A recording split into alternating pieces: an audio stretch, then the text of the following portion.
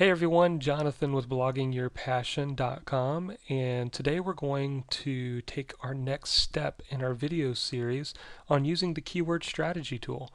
As many of you have probably heard if you follow along on our blog, I've been using this keyword strategy tool now for about 6 months, and I have seen some amazing results, to say the least, in my traffic on my various blogs.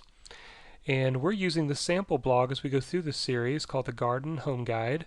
And just to give you a quick insight, snapshot into why I love this tool so much, here is a analytics snapshot of one of my blogs that I've been using the keyword strategy tool.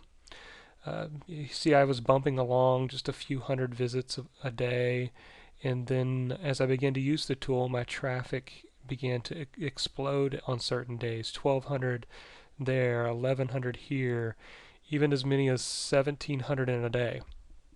Whereas 6 months ago, I was sitting at 48, 79, 72.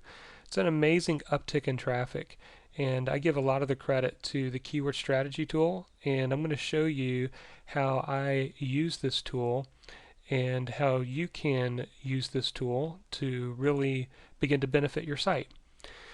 And so if you follow along in the first two steps, on the second step I showed you some quick searches that are already programmed in here with the easier competition, the hot keywords, and with some niches and depending on the keywords that you're collecting, you may end up with 0 results here. That's okay, because you can come visit these later as you continue to grow and expand your blog. But what I wanted to do is actually do some detailed analysis on my own blogs to see what trends or what things in common that I saw with my ranking factors. And so here's what I discovered. I'm just using one of my blogs as an example. I had 205 total keywords on my entire blog that were under 100,000 in competition, meaning that if you search that keyword phrase, there would be less than 100,000 results that would come back. Out of that 205, 139 of them actually ranked in the top 100, which we would consider to be the first 10 pages of Google. So some of them were seeing some sporadic traffic depending on how far down a searcher would go. 46 of the 205 were actually ranked in the top 10. So this was literally on the first page of Google. I had 46 out of the 205 keywords. So here's my assumption at the moment, and I can keep you guys posted as I continue down this road. And let me put just a little caveat in there. There is no magic button, no simple, easy, this is what you do to always rank on the first page of Google. You need to find out what's working on your site. But here is what I've discovered that you can definitely begin to pursue on your own site. That if I target any keyword under 100,000 competing pages that's related to my niche, I have a 68% chance of ranking in the top 100 and a 22% chance of ranking in the top 10. So now let's jump over to the keyword strategy tool and show you how you set that up.